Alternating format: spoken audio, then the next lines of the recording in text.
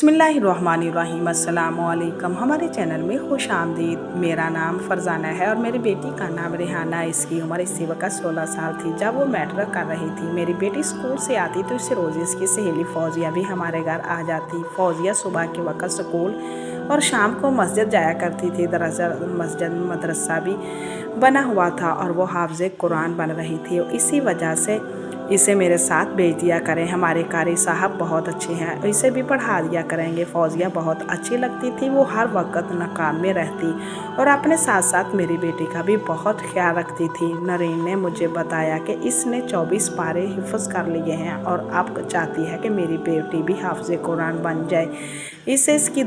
इससे इसकी दुनिया और आखिरत दोनों ही बन जाएंगी। फौजिया की बात तो बिल्कुल ठीक थी, मगर मैं रिहाना को मदरसे नहीं भेजना चाहती थी। मैंने फौजिया से कहा कि तू मेरी बेटी को मस्जिद ले जाने की बजाय जहाँ घर पर ही सबक दे दिया करो तो वो तुमसे कुरान पढ़ लेगी। तब वो कहने लगी कि मैं इस काबिल नहीं हूँ, मैंने खुद जिनसे पढ़ा है, मैं इन कारी साहब के पास इसे लेकर जाऊँगी। ये बहुत खुशकिस्मत होगी। कारी साहब बहुत अच्छे और बहुत ही नेक इंसान हैं। मैं जानती हूँ कि आप बेवा हैं, अपनी बच्ची को लेकर परेशान रहती हैं, आमतौर पर किसी पर भी भरोसा नहीं करती, लेकिन आप यकीन रखें मैंने अल्लाह का कलाम हिफ्ज़ कर रखा है। आप लोग ऐसे वैसे नहीं हैं, मैं आपको कभी धोखा नहीं दूंगी। इसकी बात सुनकर मुतमिन होगी। इसने मुझसे कहा कि कल से ये कारी साहब के पास पढ़ने जाया करेगी तो आपको कोई एतराज़ तो नहीं होगा। मैंने कहा नहीं बेटी, मुझे भला क्या एतराज़ हो सकता है, मैं कभी तुम पर शक नहीं करूँगी। तो मेरी बेटी को जहाँ चाहो ले जाओ। मैं क्या जानती थी कि फौजिया का कसूर ही ना हो। अगर मेरी बेटी के नसीब में लिखी पालक इसके चेहरे पर लगकर ही रहेगी। मैंने अपनी बेटी को जाने की इजाज़त दे दी। अगले ही दिन वो अच्छा सा बुर्का ओढ़कर मौलवी साहब के पास पढ़ने चली गई। मेरी बेटी बहुत शरीफ सी थी, मगर जब से वो मस्जिद जाने लगी थी शाम को आकर अक्सर खोई सी रहने लगी थी। ठीक शाम तकरीबन 5 बज गए थे। अभी तक मेरी बेटी रिहाना नहीं आई थी। मुझे परेशानी होने लगी कि वो अभी तक क्यों नहीं आई। मैंने फौजिया को फ़ोन किया कि मेरी बेटी घर क्यों नहीं आई। वो कहने लगी कि आज मौलवी साहब ज़्यादा पढ़ा रहे थे, इसी वजह से इससे देर हो गई होगी। आप फिक्र नहीं करें, मैं इसको लेकर ही आऊँगी। फौजिया ने मुझे तसल्ली दी थी। मेरी बेटी शाम को 6 बजे घर दाखिल हुई तो वह बहुत थकी सी लग रही थी। इसके चेहरे पर नज़र पड़ते ही मुझे जैसे बहुत ज़्यादा थक गई हो। बेटी, मैंने इसे संभालते हुए कहा। वो लड़खड़ाती हुई सोफे पर बैठ गई। अम्मा मुझे पानी लाकर दो, इसने थकी हुई आवाज़ में कहा था। मैंने देखा फौजिया मेरी बेटी सरगोशियों में से कुछ बातें कर रही थी। अब रिहाना ने अपना हुलिया ठीक कर लिया था। अम्मी जान, बस मुझे ज़रा थकावट हो गई थी। आज मौलवी साहब ने बहुत ज़्यादा सबक पढ़ाया है, काफ़ी देर लग गई थी। मैंने कहा बेटी कोई ये बात नहीं, तुम एक नेक काम करने के लिए जाती हो, मुझे तुम पर भरोसा है। ये बात सुनकर फौजिया की आंखों में चमक सी आ गई और कहने लगी कि आंटी अगर आप इजाज़त दें तो आज रात को मुझे यहीं रुकना चाहती हूँ। रिहाना बहुत थक गई है, मैं रात को इसी सबक याद करवा दूंगी, वरना कल कारी साहब इस बार फिर रोक लेंगे। ये सुनकर मैंने इसे हंसी खुशी इजाज़त दे दी। एक लड़की को अपने घर रुकने पर मुझे क्या एतराज़ हो सकता था। मैंने खुशी से अपने घर रुकने की इजाज़त दे दी थी। वो मेरी बेटी के कमरे में ही सो गई थी। इन लोगों ने कमरे का दरवाज़ा भी अंदर से बंद कर दिया था। सुबह जब मेरी आँख खुली तो मेरा दिल किया कि मैं जाकर अपनी बेटी के कमरे में देखूं। मैंने देखा तो कमरे की रोशनी जल रही थी। मैं खुश हो गई थी कि शायद मेरी बेटी कुरान पाक की तिलावत कर रही होगी, मगर मैंने देखा कि वो दोनों कुछ बदले सी लग रही थी। फौजिया बोली कि आंटी मुझे अभी जाना पड़ेगा, बहुत देर हो रही है। आप रिहाना को शाम के वक्त कारी साहब के पास भेज दिएगा। मैंने इसे काफ़ी कुछ सिखा दिया है। मैं फौजिया पर भरोसा कर बैठी थी। शाम को रिहाना कहने लगी कि अम्मी मैं कारी साहब के पास जा रही हूँ। मैंने देखा जिसने ज़रूरत से ज़्यादा ही खुद को ढांप रखा था। इसने सर से पांव तक खुद को यूं छुपा रखा था जैसे वो मस्जिद में नहीं बल्कि बाज़ार में जा रही हो। मैंने इसे रोका टोका नहीं था और ना ही मज़ीद तफ्तीश की थी। इसके जाने के बाद मुझे भी बेचैनी होने लगी। 2 घंटे ही गुजरे थे कि मैंने फौजिया को फ़ोन कर दिया। इसे कहा कि मेरी बेटी अभी तक घर नहीं आई। वो कहने लगी आज इसे देर हो जाएगी, फ़िक्र नहीं करें। शाम के 6 बज गए थे। अब तो मेरे हाथ पाँव फूलने लगे थे। रेहाना अभी तक घर नहीं पहुंची थी और परेशानी में मेरे दिल में तहलका मचा रखा था। आज के बाद इसे कारी साहब के पास नहीं जाने दूंगी। कुछ देर गुजरी थी कि मैंने फौजिया को फिर से फ़ोन कर दिया, मगर इसका नंबर मुसलसल बंद जा रहा था।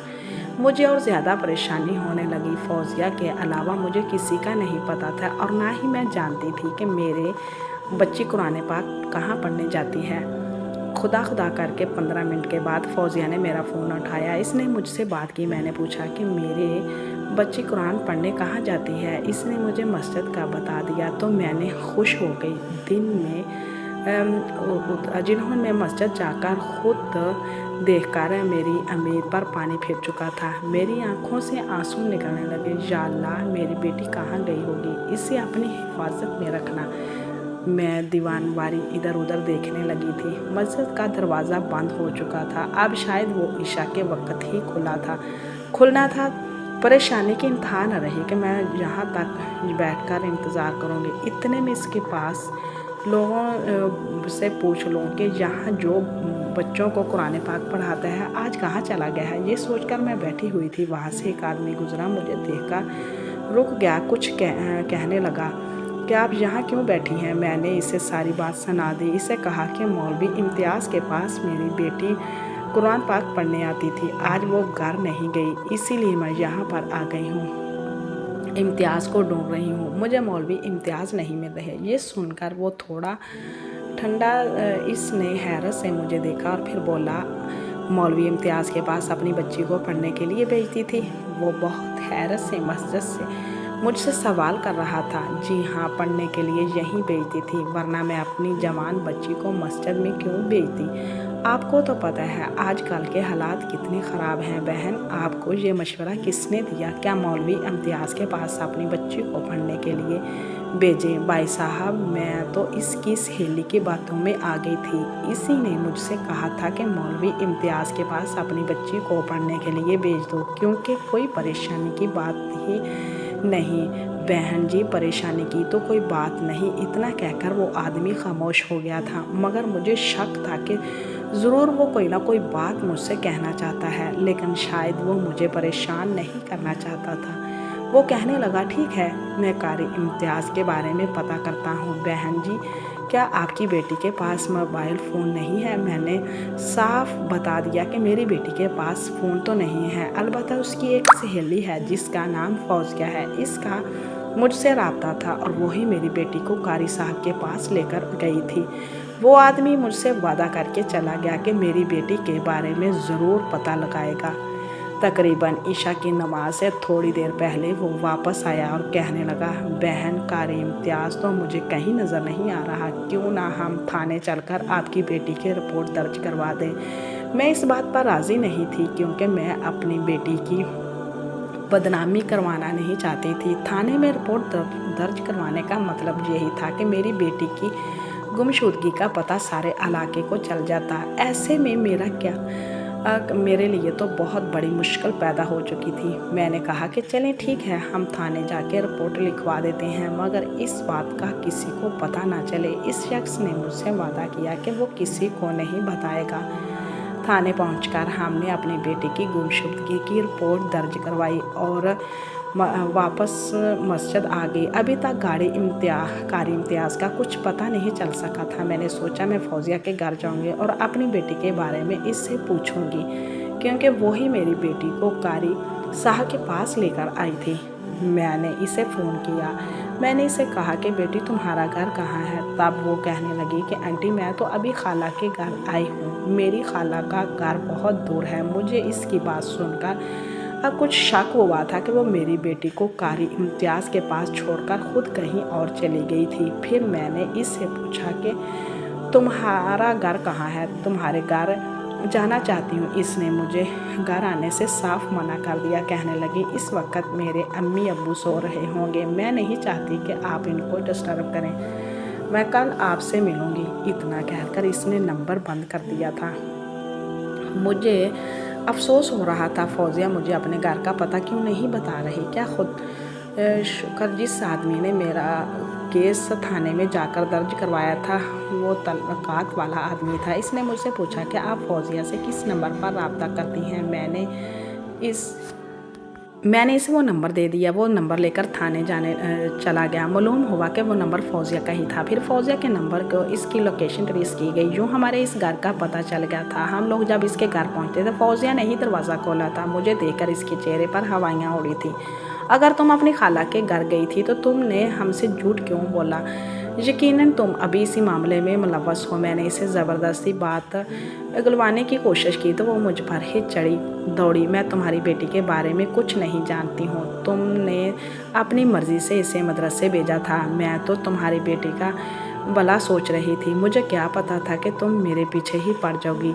रही बात कारी इम्तियाज़ की तो मैं तुम्हें बता दूं, मैं तुम्हारी बेटी की ज़िद करने पर कारी इम्तियाज़ के पास लेकर गई थी। मैंने पुलिस को बताया कि यह लड़की सरासर झूठ बोल रही है। इसने मुझे कहा था कि कारी इम्तियाज़ इसका भी उस्ताद है। इसने इसके पास कुरान पाक की तालीम मुकम्मल की है। मैंने तो कुरान पाक आज तक पढ़ा भी नहीं, एक पारा नहीं पढ़ा। वो आप झूठ बोल रही हैं। इस लड़की ने ये बात की तो मेरा दिमाग चकरा गया। मैंने पुलिस वालों को बताया। इसने अपने हाथ से कुरान होने का दावा किया था। बस फिर क्या था कि पुलिस ने इसी जेल जाने की तनकीद दी तो इसने सब कुछ उगल दिया। कारी इम्तियाज़ का पता भी दे दिया, इसका नंबर भी हमारे हवाले कर दिया। अब हमारे पास सिर्फ इम्तियाज़ का फ़ोन नंबर, इसके घर का पता था। पुलिस ने तफ्तीश की तो मौलवी इम्तियाज़ का नंबर अब चल रहा था। ये बात भी बड़ी हैरानकुन थी कि मौलवी इम्तियाज़ तो शहर के मस्जिद में पढ़ाता था ही नहीं, वो हमारे गांव की मस्जिद में नहीं पढ़ाता था। अब मेरी बेटी कहाँ थी? मैंने तो हाथ पांव फोड़ रहे थे। पुलिस ने मौलवी इम्तियाज़ का पता लगा ही लिया था। मेरी बेटी भी गुमशुदा थी। मुझे भी पुलिस ने अपनी गाड़ी में बैठा दिया था क्योंकि मेरी हालत ऐसी नहीं थी कि मैं घर बैठकर अपनी बेटी के आने का इंतज़ार करती। महल्ले का वो शख्स भी हमारे साथ था, जैसे मसीहा का ही हमदर्दी थी। वो पहले भी मेरी कई बार मदद करता था।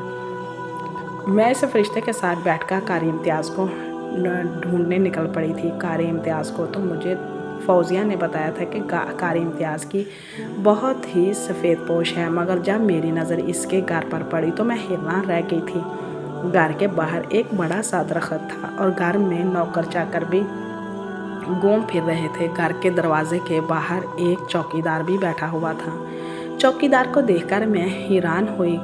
कारी इम्तियाज़ के तो कई मुलाजिम थे जिनसे वो अपनी खिदमतें करवाता था, फिर से इतनी मामूली फ़ीस पर मेरी बेटी को कुरान पाक पढ़ाने की क्या पड़ी थी। हम लोगों ने घर का दरवाज़ा खोलने की कोशिश की थी। चौकीदार ने कहा कि कारी इम्तियाज़ ने इस बात की इजाज़त नहीं दी, आप इनका इंतज़ार करें, वो आएंगे तो आपसे खुद ही बातचीत कर लेंगे। मुझे लग रहा था कि कारी इम्तियाज़ पुलिस को देखकर भाग जाएगा, मगर ऐसा नहीं हुआ। कुछ देर बाद हमारे इससे मुलाकात हो गई थी। इससे तो मैं हैरान हुई थी। वो मेरे बच्चे को गुम होने का ज़िम्मेदार था। कारी इम्तियाज़ मेरे सामने बैठा था। इसे देखकर मैं हैरान रह गई। वो 30 से 32 साल का शख्स था। सुबह इसकी कम उम्र इतनी ज़्यादा नहीं थी। चेहरे पर मासूमियत और भला की शराफत थी। एक लम्हे को तो मैं देखकर यकीन नहीं कर सकी कि ये कोई मौलवी शख्स होगा। आप मेरे लिए बहुत मोहतरम है, इसने सलाम करते हुए मुझसे कहा। तब मैं इस पर बरस पड़ी कि इसने मेरी बेटी को कहाँ गायब किया है। मैंने तो आपकी बेटी को गायब नहीं किया, आप अपनी बेटी से मिलना चाहती हैं तो मिल लें। कारी इम्तियाज़ की बात सुनकर मुझे धचका लगा था। कहाँ मिलूं और कैसे मिलूं? वो तो शाम के बाद मस्जिद से आई ही नहीं और मैं बहुत परेशान हूँ।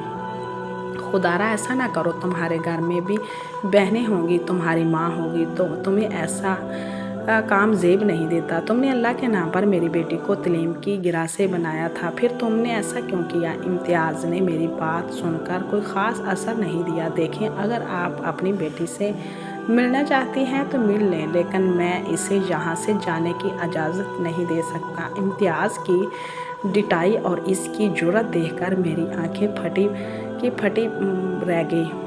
तुम होते कौन हो मेरी बेटी को रोकने वाले? मैं इसे खुद मिलूंगी। बेशक वो आपकी बेटी है, लेकिन आपको आपसे اب آپ سے ملنا نہیں چاہتی۔ اس نے مجھے سب کچھ بتا دیا ہے کہ آپ اس پر ظلم کرتے ہیں اور آپ کی بیٹی آپ کے ظلم سے آپ کی سے تنگ آ کر میرے پاس پناہ لینے آئی ہے، اسی لیے آپ اسے چاہے بھی تو نہیں لے جا سکتی۔ عدالت میں آپ پر کیس کروں گا۔ آپ نے اپنی بیٹی پر ظلم کیا ہے اور ظلم کے خلاف آواز اٹھانا اس کا حق ہے۔ جس نے یہ بات کر کے مجھے پریشان کر دیا۔ میں نے پولیس والوں کو کہا کہ یہ جھوٹ بول رہا ہے، مگر وہ ایسا دکھاوا کر رہا تھا جیسے وہ سچ بول رہا ہے۔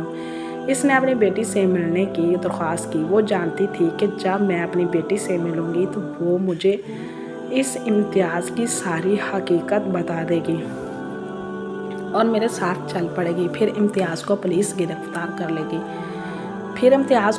گرفتار کر لے گی۔ مجھے اپنی بیٹی سے بڑی امید تھی، وہ ایسا ہی کرے گی۔ شاید وہ اس درندے سے ڈر گئی ہو کیونکہ یہ اسے اغوا کر کے لایا تھا، لیکن اپنی بیٹی سے ملی تو اس کے چہرے پر اپنے لیے ناراضگی دیکھ کر میں حیران رہ گئی۔ امی، آپ میرے پاس کیوں آئی ہیں؟ میں اپنی مرضی سے آئی ہوں۔